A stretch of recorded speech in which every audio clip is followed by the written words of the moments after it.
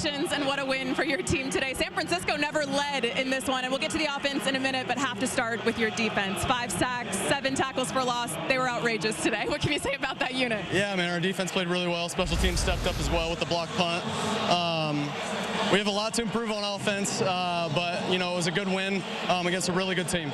Yeah, expound upon that offensively. What do you feel like needs to improve before next week? Yeah, just operation, I think, and then just cleaning up my feet in the pocket, going through my progressions. But, hey, a win's a win. We'll take it. But we've got a lot to learn, and I'm excited to move forward.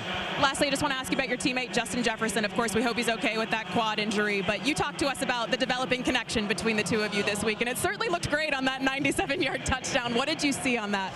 Yeah, I mean, you know, we got a similar look that we got, or a similar look that we wanted, and I just knew that Jess would go up and get it if I gave him a chance. So he'll be all right. I heard he'll be all right, so we'll see, though. Glad to hear it. Thanks, Sam. Appreciate it. Thanks, Melanie. All right, good to hear from the quarterback there. Sammy D feeling quite comfortable. Longest home win streaks against a specific opponent. Again, rolling all the way back to the meeting in 1992 was the last time that the San Francisco 49ers came to Minnesota and won. I got one for you here, Matt. What you got? That was Steve Young outdoing Rich Gannon. On this day, it's Darnold over Purdy.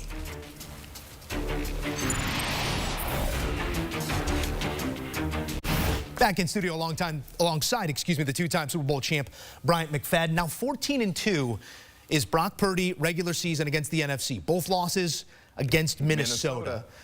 Let's not make this about the 49ers. Let's give the flowers where they are deserved. And this is a Minnesota team that has come out of the gates far differently than some had expected this season. Yeah, and before we get into Minnesota, this is why the NFL is the best league out there. Because when you think you know, when you think you have an insight on what you're going to see and what you're going to watch, you do not know.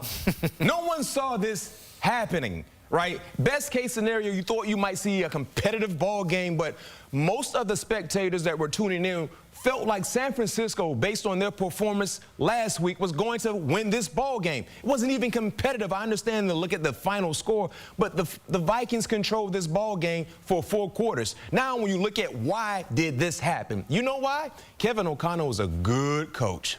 Kevin O'Connell is a coach that he is comfortable being uncomfortable. And what I mean when I say that, he's okay in doing more with less. He did so last year, right, with all the injuries on either side of the football field, losing his 2 most important offensive guys in Justin Jefferson and Kirk Cousins. They still was in the playoff conversation. In today's matchup, Sam, who is the new QB1 for Minnesota, looked amazing.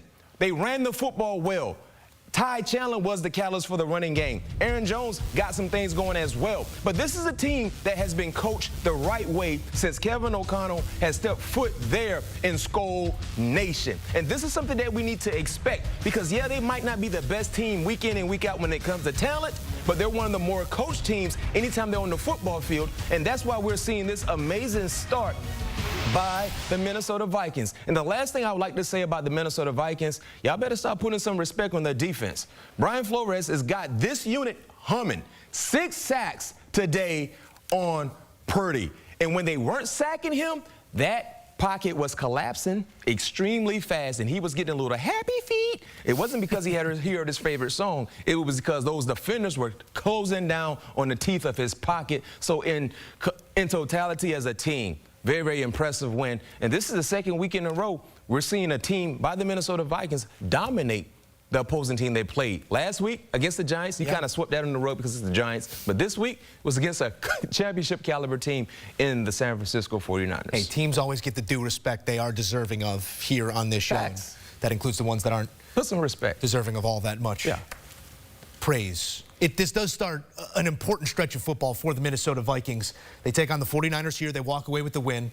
It's the Texans at home. It's a trip to Lambeau, which is never easy. And then it's welcoming the New York Jets before the bye. They come out of the bye with the Lions. We're going to find out about these Vikings, but it's going to be hard to find out just how good they could be if this is an extended exit. And think about this, for Justin Jefferson. You being a fan of the NFC North, who would have thought in 2 weeks of play the Vikings would be #1 in the division? It's a difficult division, and we're going to sort things out. Yeah. It's Green Bay coming away with a big win here without their starting quarterback. Is this a Minnesota team that can withstand pulling off wins against those type of opponents without their starting wide receiver. We don't have anything on the timeline. Yeah, Hopeful for the best for Justin Jefferson, but that is obviously the biggest piece that unlocks this offense. What did I say?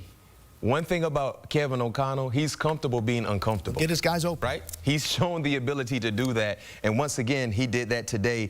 Hopefully, this isn't anything serious. Now, Sam Darnold kind of gave us some insight. He said, I heard he will be okay. Yeah.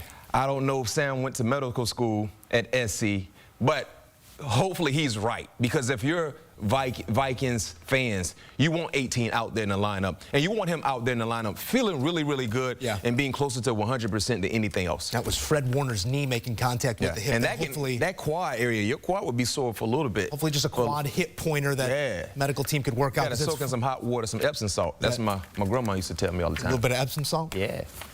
Get the kind that smell good. The lavender. It's the lavender. Was it Mr. Teal's? Yes. No free ads. Bryant McFadden here all day long on CBS Sports HQ as we break down everything we saw, the good, the bad, and the ugly